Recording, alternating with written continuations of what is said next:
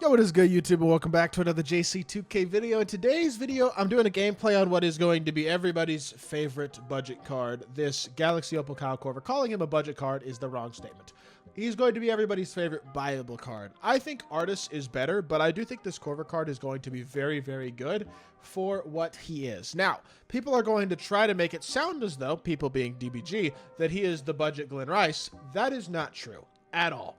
But he is a very, very good shooting guard and a very good, especially if he is used in his role properly, which the thing that makes this card good realistically is the fact that he's actually a very good defender as well. That's the main thing that really elevates him in my opinion, because we always knew he was going to be an incredible shooter. So card's going to be very good. I'm excited to try him out. Before we hop into the video, if you haven't already, make sure you hit that subscribe button. Help me push towards the 25,000 subscriber mark on the channel. I upload every single day. Tons of consistent daily My Team content. Would really appreciate it if y'all do subscribe. Without further ado, let's hop right into it. KORVER, 6'7", 99 offense and 99 defense, 92 driving layup, 98 mid-range, 99 3-ball, 99 free throw, 80 driving dunk. See, he's not an elite slasher. That hurts a little bit.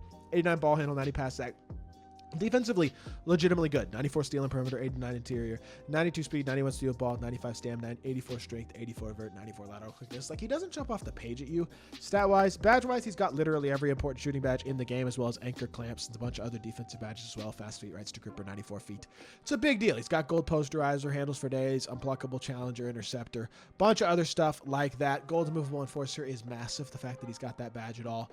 Now, it would be nice to add brick wall to him, maybe a couple other badges as well, but as a whole, KORVER is a very, very good and surprisingly complete card at the shooting guard position. The thing that makes this card really, really good is obviously his jump shot. His jumper is the thing that everybody's going to be like, oh my goodness, KORVER jumper is insane, and like everybody nuts themselves over KORVER's release. Now, his between the legs burst is much better than his front escape, so keep that in mind. If you're dribbling with him, you're definitely going to want to use his shot between the legs burst as his shot creating move, so just keep that in mind. His release is obviously one of the very fastest and best releases in the game with the curry slide as well. He's got the ability to move and groove around screens at a pretty high level. Good same side burst, good between the legs burst, as well with his escape. Just don't use his front escape like I said, and his fade is obviously absolutely cash as well, although it is normal fade, but it's still super smooth and easy to grade.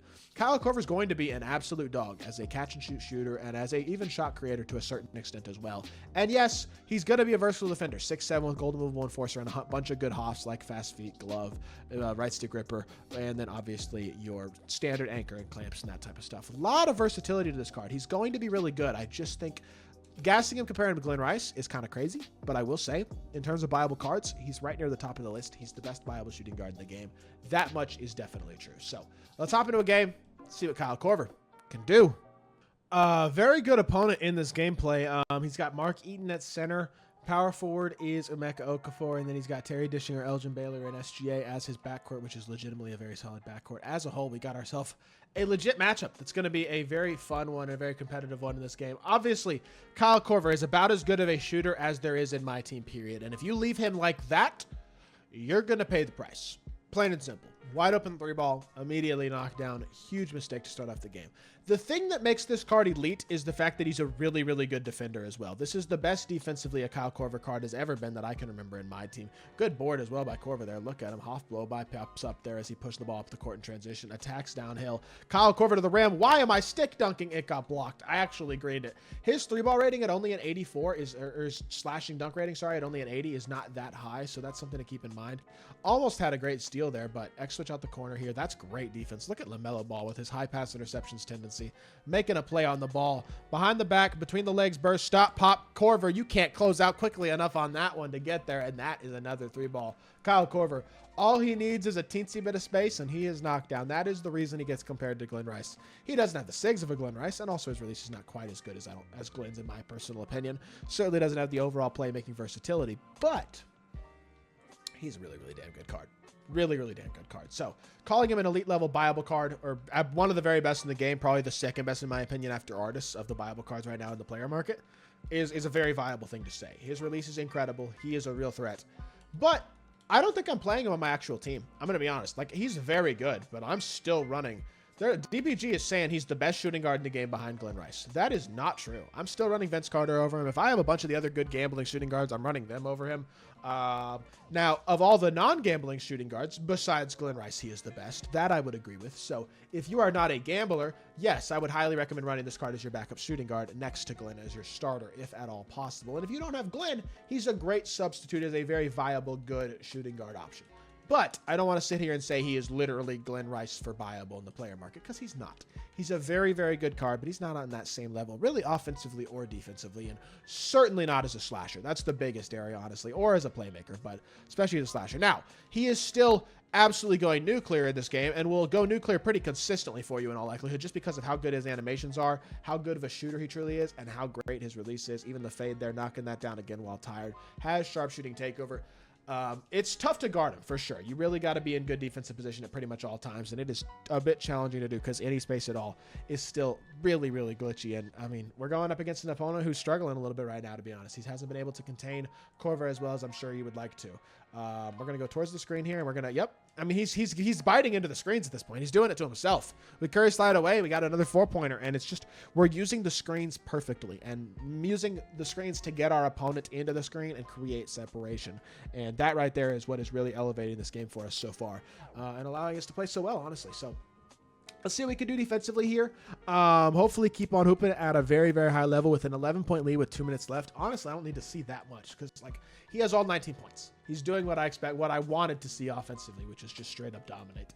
And there's value to a card with this type of release, man. There really is. I don't know if I can play him over a guy like Vince Carter just because of a lack of athleticism, to be honest. And even though, I mean, Vince has better overall defensive badges than KORVER does too. KORVER's a great defender, but there are still better ones. So, like, it's just his shooting is disgusting, dude. He doesn't freaking miss. Good Lord, another 4-pointer. If he touches the screen, it's an open 3-ball, and it's knocked down every single time. It's like almost legitimately hard to miss with KORVER. I'm even making them while tired, and generally I miss while tired. Catch, shoot, fade, KORVER. This is unfair. This card is maybe he really is worth using just because of how ridiculous his release is. I don't know. I start off the gameplay going, he's not Glenn Rice, and he's not. But damn if he's not really, really good himself. I mean, he really, really is. Just destroying our opponent right now on the offensive end of the court. Now, is this the best opponent in the world? Probably not. But look what I got. I got play take and sharp take. I'm catching and shooting, and I do not care. You better put a hand up. I'm shocked I didn't green that. With play take and sharp take, I'm shooting another one, too. I'm shooting another heavy next possession. I don't care if it's a heavy. Look at the freaking size. 7'2" Artist Gilmore making plays. Catch. Same side. Burst this way. Go this way. Beautiful. Hit our pop. No, we're going back to this. We need an actual pick and pop here, please. Set me a legit screen and pop it. Bro, pop. I'm shooting the heavy. I don't care. Catch and shoot. I'm shooting over and we're greening it. No, we're not because we get a slow down.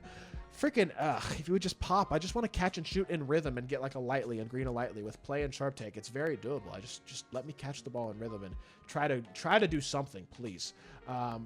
One more good screen, please. There we go. Now touch the screen just a little bit. Now run back this. Okay.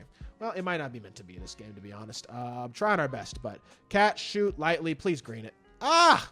I can't get the freaking. I'm trying to green a heavy or a lightly or something. I can't do it. I'm killing my shot percentage right now is the unfortunate part. But there we go. Again, if he touches the screen, it's green every single time. Like, I can shoot from anywhere. He has 29 points just because I'm maneuvering screens at a crazy high level. If you upgrade his handles for days for Hall of Fame and master his animations, get used to using his between the legs instead of his front escape for his SIGs, you can turn him into a really viable playmaker as well. This card's amazing. He truly is. 29 points, 1 rebound, 9 of 13, 9 of 11 from 3. He doesn't need to be an incredible slasher, nor have the very best SIGs in the game to be an elite level playmaker, an incredible 3-hunter. And the defense is also there as well, which is very valuable. As a whole, he is an absolutely phenomenal card. And honestly, he might be the closest thing you get to Glenn Rice besides Glenn Rice, in a way. He's not the second best shooting guard in the game. I'm not going to say that. But he is the best viable shooting guard in the game, and that much is for sure. So, I hope y'all did enjoy the video. If you did, make sure you hit that like button, leave a comment, and subscribe. I'll be back with more 2K content very, very soon, and I appreciate y'all. Peace.